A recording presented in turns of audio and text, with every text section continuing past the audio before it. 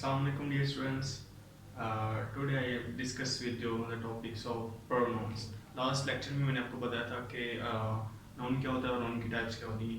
आज के लेक्चर में हम डिस्कस करेंगे प्रोनाउन को और प्रोनाउन की टाइप्स को, इसको किस तरह डिफाइन किया जाता है और जो है इसकी कितनी टाइप्स हैं और उनका इस्तेमाल कैसे और कब और कौन सी जगह पे किया जाता है, वो सारी की सारी चीज़ें आज के लेक्चर में हम डिस्कस करेंगे। फर्स्ट ऑफ ऑल हमें पता होना चाहिए कि प्रोनाउन क्या है। प्रोनाउन की डेफिनेशन के बारे में डिस्कस करेंगे।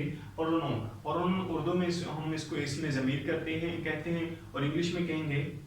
इसकी डेफिनेशन कुछ यूँ होगी, the word which use to replace of noun that called is a pronoun. ऐसा लफ्ज या ऐसे अल्फाज जो नाउन की जगह पर इस्तेमाल होते हैं वो क्या कहलाते हैं? प्रोनाउन कहलाते हैं। You can say in easy wording the word pronoun used to replace of noun. किसकी जगह पर इस्तेमाल हो रहे हैं? रिप्लेस, नाउन की जगह पर इस्तेमाल हो रहे हैं वो क्या कहलाते हैं? नाउन कहलाते हैं, प्रोनाउन कहलाते हैं। इसके अलावा हम इसके एग्जांपल के साथ हम डिस्कस करेंगे तो हमें पता चल जाएगा कि प्रोनाउन किसको कहते हैं। तो इसकी एग्जांपल कुछ यूं है, असलम इज हैप्पी। असलम क्या है? खुश है। अब इस असलम की जगह पे लफ्ज ही में कन्वर्ट हो जाना ये क्या कहलाएगा? प्रोनाउन कहलाएगा। ये क्या कहलाएगा?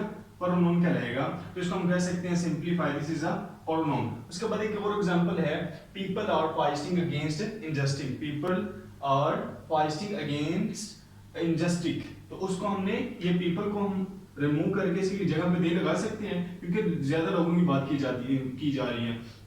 तो हम they are fighting against injustice, तो ये दे क्या कहलाएगा? ये प्रोनाउन कहलाएगा। क्या कहलाएगा? प्रोनाउन कहलाएगा। उसके बाद ये आ जाता है प्रोनाउंस के अंदर फर्स्ट पर्सन, सेकंड पर्सन और थर्ड पर्सन। उसके बारे में हमें पता होना चाहिए कि फर्स्ट पर्सन किसको कहते हैं, सेकंड पर्सन किसको कहते हैं और थर्ड पर्सन किसको कहते हैं। एग्जाम्पल के तौर पे एक टीचर है और वो क्लास को पढ़ा रहा है। तो क्लास के अंदर कुछ वो बात करेगा कि मैं पढ़ा रहा हूँ। This sentence is first person, कि मैं पढ़ा रहा हूँ। और सेकंड पर्सन के बारे में डिस्कस करेगा, तुम पढ़ रहे हो। अब जब लफ्ज तुम इस्तेमाल करेगा तो ये किस में कन्वर्ट हो जाएगा? सेकंड पर्सन में कन्वर्ट हो जाएगा। और जो बच्चे स्कूल क्लास के अंदर मौजूद नहीं है या वो नहीं है, वो क्लास में हाजिर नहीं है। अब जब वो कहेगा कि वो क्लास में हाजिर नहीं है, this is a first third person. अब इसी तरह हम इसको डिफाइन कर सकते हैं, फर्स्ट पर्सन और सेकंड पर्सन और थर्ड पर्सन। फर्स्ट पर्सन में हम सीगा मुतकल्लिम को कहते हैं, जिसके अंदर बात करने वाला होता है आई हुई, जैसे मैं बात कर रहा हूँ। जैसे मैंने आपको एग्जांपल दी कि टीचर क्लास में कहता है कि मैं पढ़ा रहा हूँ, तो मैं बात कर रहा हूँ, बात करने वाला क्या कहलाएगा? फर्स्ट आई और वी। अब आई जो है वो वाहद के लिए और वी जमा के लिए इस्तेमाल करते हैं। उसके बाद आते हैं सेकंड पर्सन। सेकंड पर्सन सीगा गायब को कहते हैं। किसको कहते हैं? सीगा गायब को कहते हैं, जिससे बात की जा रही हो। अब मैं आपसे बात कर रहा हूँ तो दिस इज अ सेकंड। जब मैं आपका नाम लेके बात करूँ, तुम खड़े हो जाओ, तो जब मैंने लफ्ज तुम बोलना है तो आपको पता होना चाहिए कि ये कौन सा सीगा है। सीगा मुतकल्लम है, तो सॉरी सीगा मुखातिब है, कि मैं आपसे मुखातिब होकर बात कर रहा हूँ, तो उसमें हम कह सकते हैं जिससे बात की जाए, तो वो क्या है? यू। उसके बाद थर्ड पर्सन। थर्ड पर्सन होता है सीगा गायब, जो मौजूद नहीं होता। जैसे मैंने आपको बोला कि वो क्लास में हाजिर नहीं है, वो क्लास में हाजिर नहीं है, लिहाजा वो गायब है, इसलिए हम उसको थर्ड पर्सन कह सकते हैं।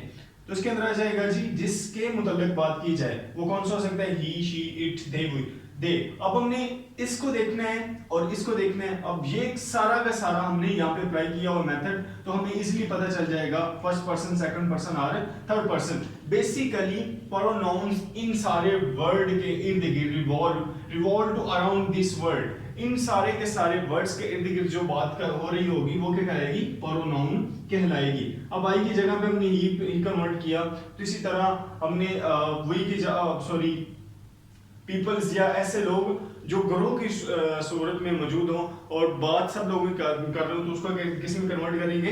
दे में कन्वर्ट करेंगे। शख्सी ऐसे अजमान होते हैं जो शख्स की जगह लेते हैं, वो क्या कहलाते हैं? पर्सनल प्रोनाउन कहलाते हैं। Personal pronoun are used in the place of noun which denotes three person. हम इसकी एग्जांपल देखते हैं, शीट। अब ये सिंपल हम कह सकते हैं जो शख्स की जगह लेते हैं। अब ये लफ्ज असलम था, असलम किस में कन्वर्ट हो गया? ही में कन्वर्ट हो गया। लिहाजा हमें पता होना चाहिए ही क्या है? पर्सनल प्रोनाउन है। इस तरह के सारे सेंटेंस जो शख्स की जगह लेते हैं और शख्स की जगह पर इस्तेमाल होते हैं वो क्या कहलाते हैं? पर्सनल प्रोनाउन कहलाते हैं। उसके बाद आता है रिफ्लेक्सिव प्रोनाउन। रिफ्लेक्सिव प्रोनाउन इसमें ज़मीर मंकूसी। Reflexive pronoun are on which in which the action done by the subject turn back. ज़मीर मकूसी ऐसे अल्फाज होते हैं जिनमें किया हुआ काम पलट कर फेल पे आ जाता है, वो क्या कहलाता है? रिफ्लेक्सिव प्रोनाउन कहलाते हैं। उनमें इसकी एग्जांपल कुछ यूं होगी, माई सेल्फ, हिमसेल्फ, देमसेल्फ। इस तरह के सेंटेंस अगर आपको नजर आए, इस तरह के वर्ड अगर आपको सेंटेंस के अंदर नजर आए तो हमें पता होना चाहिए किसकी एग्जांपल है, रिफ्लेक्सिव प्रोनाउन कहलाएंगे। उसके बाद है distributive pronoun. Distributive pronounce refer person and things one at a time. इसमें ज़मीर तकसीमी ऐसे अज़मायर होते हैं जो गरोह को लेते हैं लेकिन बात सिर्फ और सिर्फ एक बंदे की करते हैं, तो वो क्या कहलाते हैं? डिस्ट्रीब्यूटिव प्रोनाउन कहलाते हैं। अगर इधर, नीदर या नन लफ्ज आपको सेंटेंस के अंदर नजर आए या सेंटेंस के शुरू पे या एंड पे, तो हमें पता होना चाहिए क्या कहलाएगा? डिस्ट्रीब्यूटिव प्रोनाउन कहलाएगा। इसका तो सेकंड फोर्थ नंबर पे इंडेफिनिट प्रोनाउन। इसमें ज़मीर गैर मुतय्यन। Indefinite pronouns refer to some particular person and things in the general way. ऐसे ज़मीर गैर मुतय्यन जो कुछ खास अशखास या कुछ खास अशखास चीज़ों के बारे में बात करते हैं, तो वो क्या कहलाते हैं? इंडेफिनिट प्रोनाउन कहलाते हैं। इंडेफिनिट प्रोनाउंस ऐसे ज़मीर गैर मुतय्यन होते हैं जो किसी खास चीज़ के बारे में आम तौर पर बात करते हैं, वो क्या कहलाते हैं? इंडेफिनिट प्रोनाउन कहलाते हैं। तो इसके अंदर लफ्ज़, इसकी एग्जांपल होगी ऑल, वन। अब ऑल सब लोगों के बारे में बात की, कोई स्पेसिफिक चीज़ है तो इसमें हम ऑल का इस्तेमाल करते हैं। अब वन भी है, अब वन ऑफ ऑल। अब ये एक चीज़ के बारे में बात कर रहे हो तो इसीलिए ये स्पेसिफिक हो सकता है। कोई तो देर भी स्पेसिफिक के साथ इस्तेमाल कर सकते हैं और इन भी किसके साथ इस्तेमाल कर सकते हैं? स्पेसिफिक चीज़ के साथ या पर्सन के साथ इस्तेमाल कर सकते हैं। उसके बाद आता है जी डिमोन्स्ट्रेटिव प्रोनाउन। डिमोन्स्ट्रेटिव प्रोनाउन होता है इसमें ज़मीर इशारा। Demonstrative pronouns point to specific person और थिंग। ऐसे ज़मीर इशारा जो किसी खास शख्स या किसी चीज़ की तरफ इशारा करते हैं, वो क्या कहलाते हैं? इसमें ज़मीर इशारा कहलाते हैं। अब उसकी एग्जांपल कुछ होंगी, दिस। अब कहते हैं ना दिस इज वन थिंग, ये एक चीज़ है।